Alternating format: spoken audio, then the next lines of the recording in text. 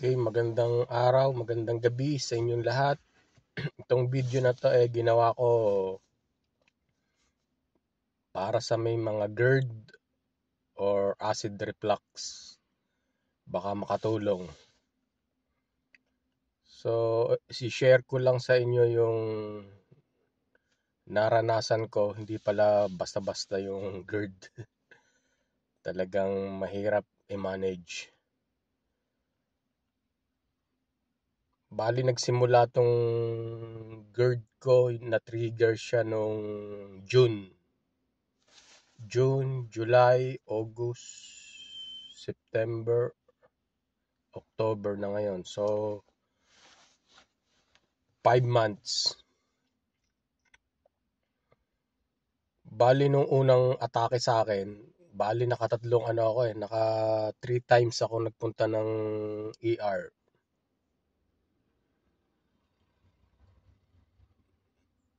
Yung naramdaman ko, yung hindi ako makahinga. Akala ko atake sa puso. Tapos timing na nagpakuha ko ng dugo, isinama ko yung mga test na troponin. Ano yun? Test for heart attack. So talagang nagpanic ako nun. Akala ko talaga heart attack.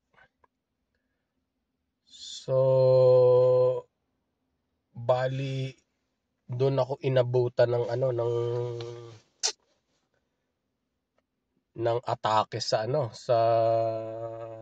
sa metro, sa subway station. Pagkarating ko doon, talagang hindi ako makahinga. Ang sikip ng dibdib ko, tapos nagpapalpitate, ang lakas ng kabog ng puso mo. Tapos yung mga kamay mo nangingimay, parang may mga gumagapang na langgam. Tapos yung kamay ko nangitim. So talagang ano, yung mahirap doon kapag nag-trigger yung acid reflux, doon na pumapasok yung panic attack, saka yung anxiety. So talagang ang pakiramdam mo, talagang para kang aatakihin sa puso kasi hindi ka makahinga, naghahanap ka ng hangin para makahinga. Tapos may mga pain na nagra-radiate dito sa likod, dito sa sigmura. Ang hirap na pakiramdam. So kung hindi mo pa alam yung sakit mo, talagang ang iisipin mo, may sakit ka sa puso o sa lungs kasi hindi ka makahinga. Yun ang isang bagay na napakahirap na pakiramdam, yung naghahanap pa ng hangin para huminga. Parang pakiramdam mo katapusan mo na talaga. So by the way, bibigyan ko lang kayo ng konting idea about GERD.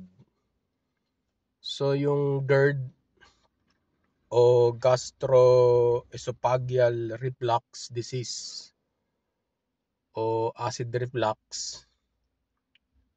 yung stomach natin nagpo-produce siya ng acid, hydrochloric acid. Tapos sa taas ng stomach, esophagus. Doon sa baba ng esophagus, meron tayong tinatawag na LES, yung lower esophageal sphincter. So, yun yung barbula na pumipigil sa pagtaas noong acid. So, once na yung LES na yon, yung sphincter ay nag-relax, doon na ngayon lumalabas yung acid. Pag tumaas yan sa ating esophagus, yan na. Diyan na yung tinatawag na acid reflux. So, paano ba na-trigger yung acid reflux? Sa mga pagkain, sa mga spicy foods, fatty foods, alcohol,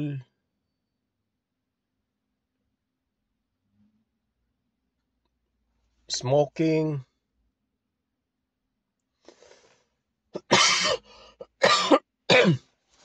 Pero matagal na akong hindi nagyoyosi. 2 years na. So, yung naka-trigger talaga sa akin yung mga, kasi mahilig ako sa bawang, sibuyas, sili.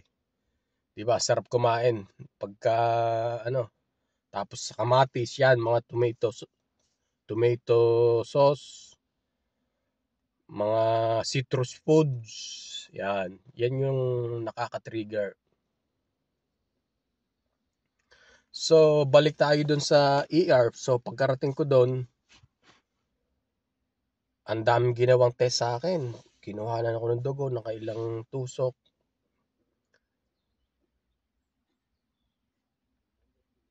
Ginawan ako ng ECG, CT scan, MRI. Tapos doon pa, nung nandun na ako, may isa pang nakita ang doktor na meron pala akong doon lumabas sa MRI, meron akong hernia cervical hernia sa C4, C5, C6. So, isa pa yun na nagpa-trigger din. Kasi once na yung hernia, lumabas yung pinaka-disc natin, yun na yun, makakaramdam ka na ng iba't ibang symptoms. Kasi yung naapektuhan sa akin itong kanan. Kasi pag C4, C5, C6, C7, itong nerve dito sa kanan yung So, less makaramdam to kesa dito sa kaliwa. Itong kaliwa, okay. So, ang dami mo talagang maiisip kasi parang nasa isip mo, parang stroke, ganon. So, mabuti na lang naagapan. So, ngayon may therapy ako dun sa aking cervical, sa aking hernia, sa aking cervical hernia. Hindi ko kasi alam kung i-Italyanuhin ko o English. So, yun na. English na lang. Cervical hernia dito sa leeg. So, ngayon, nag-undergo ako ng therapy.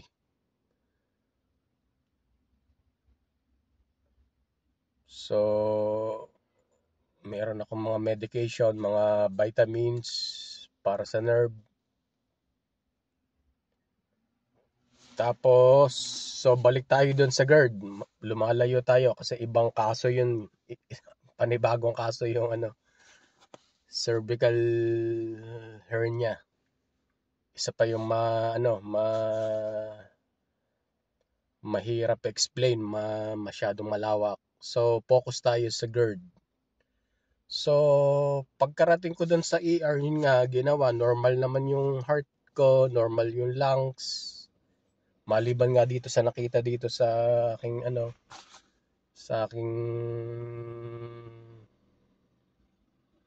cervical hernia.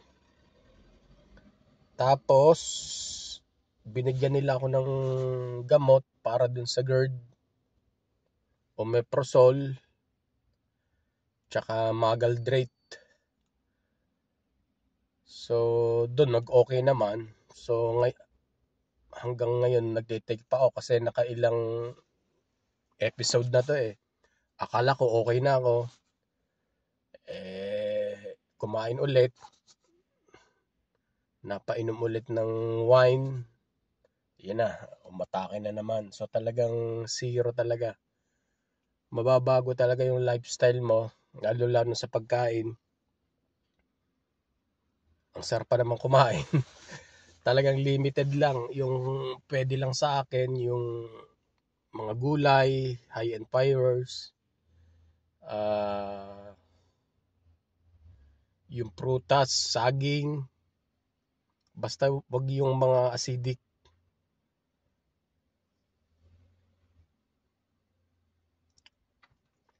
Marami na rin akong mga napanood na vlog about GERD.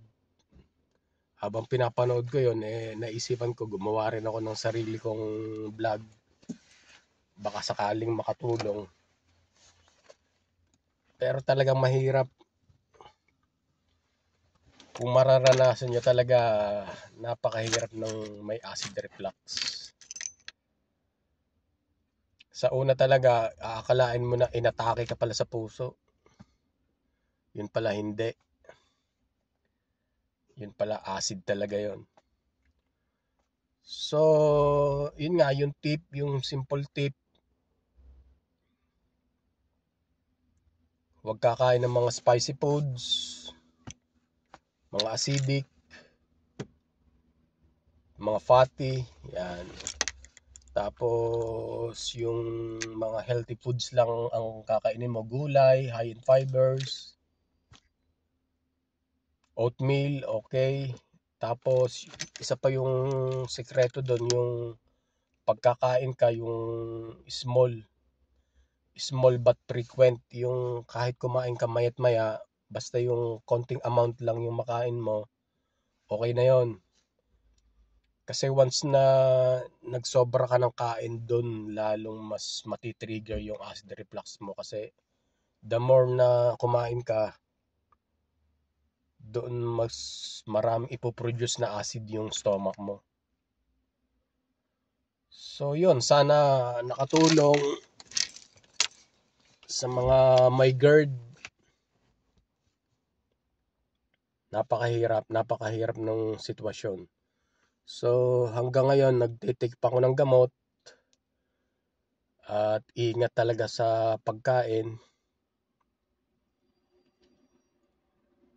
Tapos yung isa pa doon, nung atakihin ako, may maintenance din ako sa high blood. Medyo mataas din yung cholesterol ko. So yun na. Kaya yung iisipin mo talaga na nangyayari sa'yo, baka sa puso o ma-stroke ka o heart attack. Pero yung kagandahan naman dito sa sa Italy, lahat ginagawa dito sa sa ER. So magaling na lang na detect ng mas maaga.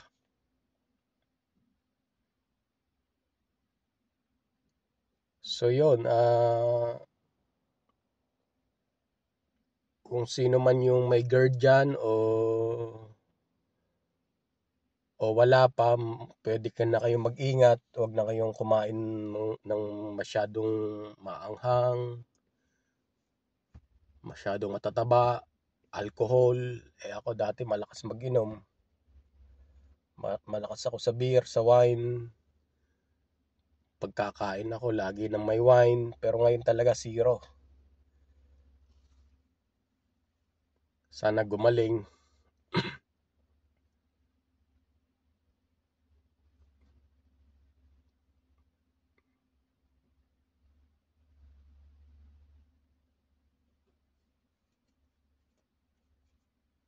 So yun yung experience ko sa GERD. So sana makatulong. Ano pa bang mga tips na nakalimutan ko? Yun, tapos yung pagtutulog ka, medyo elevated yung kama mo. So yung ginawa ko, yung kama ko, wag yung sa unan ha. Wag yung unan yung itataas nyo, yung mismong kama itataas nyo. So maglagay kayo ng mga pampataas doon, pwedeng kahoy o tabla. Yung iba nga hollow blocks nakita ko doon sa isang vlog. So yung ginawa ko, nilagyan ko lang ng tabla tapos mga damit na hindi ginagamit. So medyo naka-inclined yung yung kama. Tapos meron akong isang unan na para sa naman sa aking deeg. So, medyo nag-o-okey. Pero talagang umaatake pa rin basta kumain ka ng sala.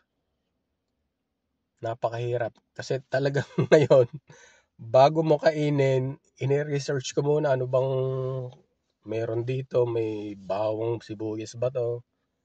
As in luya lang 'pag kumakain ako, luya lang at konting pampalasa. Mahirap, pero nasasanay na rin. Tapos yun nga pala, bawal yung kape, tea. Yung iniinom ko lang sa umaga, chamomile tea. Tapos yung mga biskwit na light lang ang kinakain ko. Tsaka saging, yan, maganda. Maganda yan sa ano. Tapos hindi ako na umiinom ng cold water, puro warm. Yung ano, room temp lang ang tawag sa amin dito, ambiente lang, aqua ambiente. So room temp lang yung iniinom na tubig. So yun guys, sana makatulong sa mga may acid reflux. Pag maganda yung response ng mga viewers dito, magpa-follow up ako ng vlog about acid reflux. So, yun lang. Sana nakapagbigay ako ng information about GERD or acid reflux. Okay. Magandang umaga, magandang gabi sa inyong lahat.